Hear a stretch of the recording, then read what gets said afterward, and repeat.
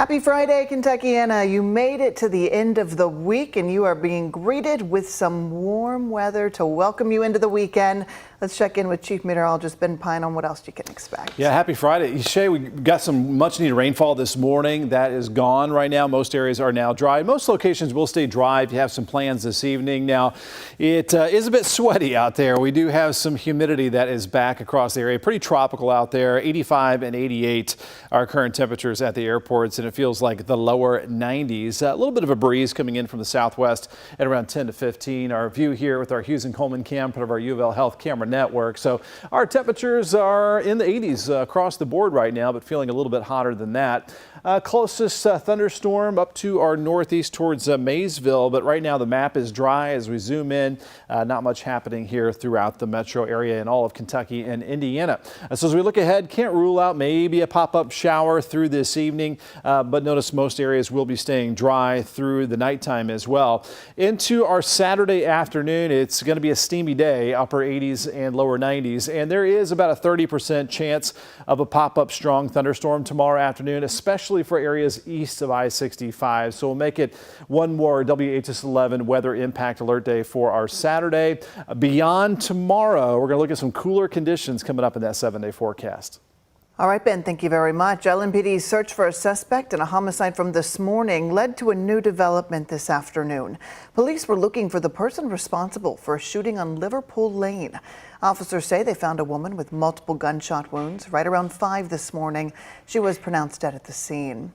Well, their search spread into the afternoon, a tip sending them to this trailer park in the St. Denis neighborhood just hours ago. When officers got there, they say the suspect took off running. During the chase, police say the suspect fired his gun and then died from a self-inflicted gunshot wound. Officers say that no one from the police department fired their weapon. The integrity unit is investigating it. And tonight, the department's crediting tips from the public for helping them work this case.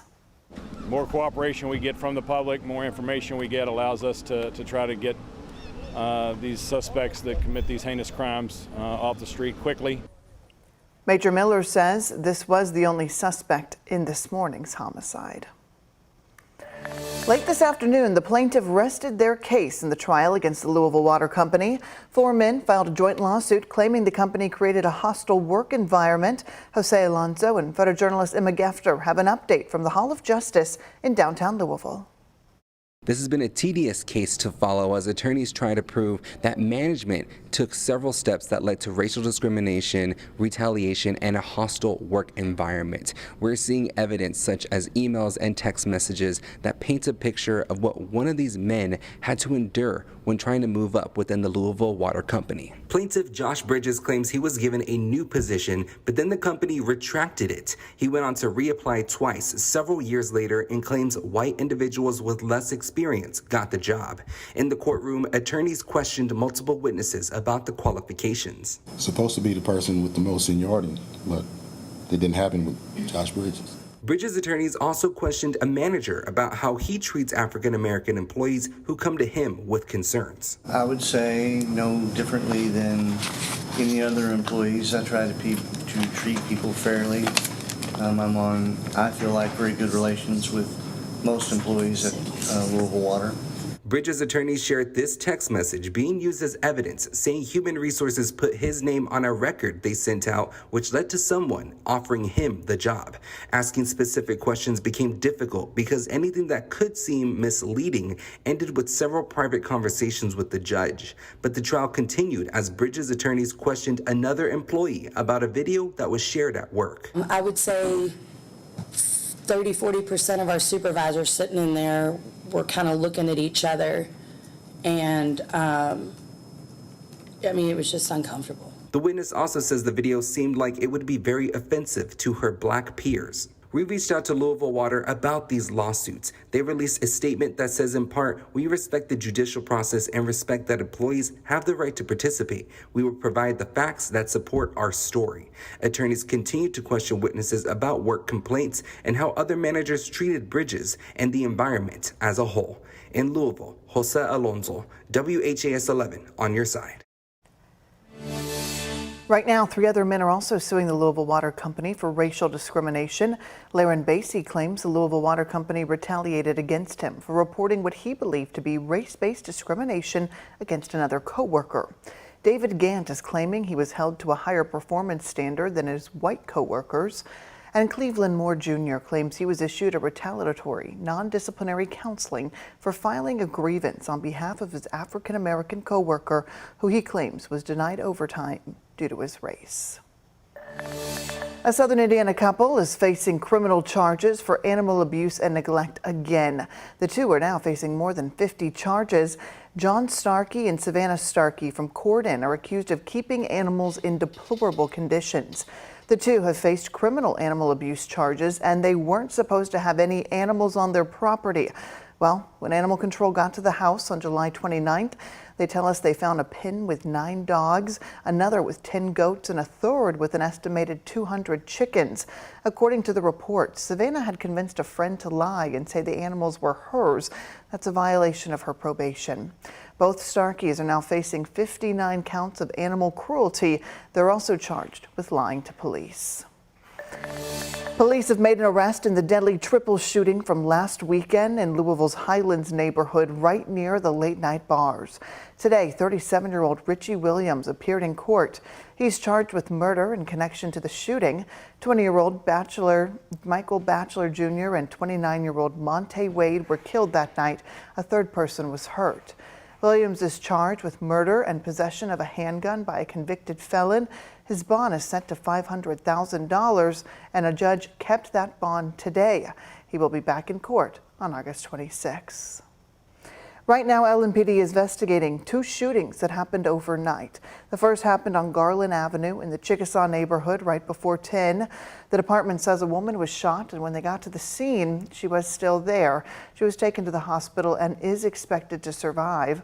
That second shooting happened about an hour later on West Broadway in downtown Louisville, right near the Brown Hotel. LMPD officers found a man who had been shot and took him to the hospital. He too is expected to survive. Right now, the department's non-fatal shooting unit is investigating both of the shootings. They do tell us no one is in custody and they could use some help. If you know anything about these, call the anonymous tip line at 574-LMPD. Now to the new details in the case of an Indiana woman accused of killing her stepfather with poison in 2022. Today, court documents revealed Ashley Jones tried and failed twice before that homicide was successful. Jones and her mother, Marcia Allen, are accused of killing Harold Allen by putting ethylene glycol in his drink. Now, new court documents say they purchased poisonous pong seeds in September of 2022. A little bit later that year, in November, they exchanged texts about making brownies for Harold with the poison in them. After consuming the brownies, Harold became sick, according to the documents, going to the emergency room multiple times. And then again later that year, on December 1st, Jones was accused of purchasing poisonous water hemlock right off the internet. And text messages between her and her mom indicated Harold consumed foods with contaminated poison on 3 separate days. Detectives say on December 13th, the ethylene glycol was purchased that was used to kill him. Marcia Allen has since died, but Ashley Jones is facing numerous charges in this case, including now 2 new counts of attempted murder. It is a back-to-school headache for those outside the building. The long car rider lines surrounding JCPS schools are now impacting local businesses. That includes some in Chenoweth Plaza, which sits right next to Chenoweth Elementary in St. Matthews.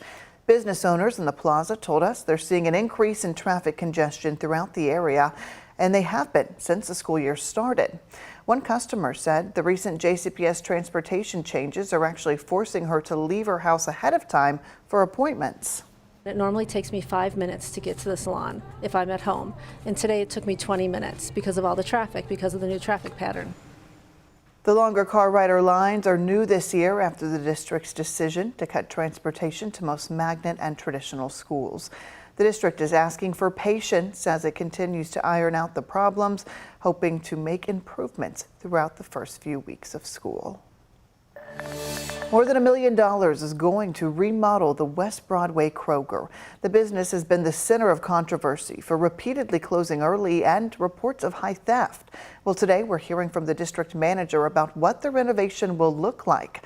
But first, let's take a look at the Kroger locations across our area. You can see on the map, many are east of I-65 with just 2 locations in West Louisville. Isaiah Kim Martinez has more on what's ahead for this plan. Regulars here at the West Broadway Kroger tell me this remodel is long overdue and they will remain skeptical until they see those results. Kroger customers like Kenny, who bikes over from 21st and Jefferson, needs to see more than just dollar signs. It depends on where the money's going.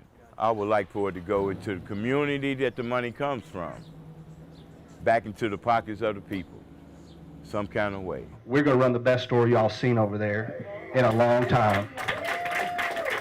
Shane Smith, the grocery chain's Louisville district manager, headlined Bishop Dennis Lyon's weekly roundtable Friday. The talk was that $1.25 million investment to remodel the West Broadway store, announced this week. It'll also raise wages and go toward devices to reduce theft, a thorn in this location's side. We're losing money at this location, so by no means am I saying that theft is the only issue that we face in being profitable down here. However, it is a factor. But there's plenty of accountability to go around, Smith admits. The West Broadway Kroger has faced controversy for repeatedly closing early, leaving customers confused and frustrated. We are supposed to stay open until 9 p.m., so we were in the wrong. So we addressed that with our team, and we are much better for it. Renovations are expected to start later this year and be complete sometime in 2025. Isaiah Kim Martinez, WHAS 11 on your side. Today, Kroger confirmed the West Broadway location will be staying open through that remodel process.